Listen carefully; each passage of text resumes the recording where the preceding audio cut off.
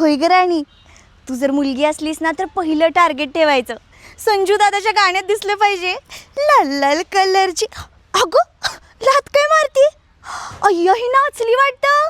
अरे ऐकलंस का, ही नाचली. डॅनी मामा आणि रुके मामाला आधीच सांगून ठेवलंय, माझ्या बाळाचं पहिलं कोलॅब तुमच्यासोबतच झालं पाहिजे.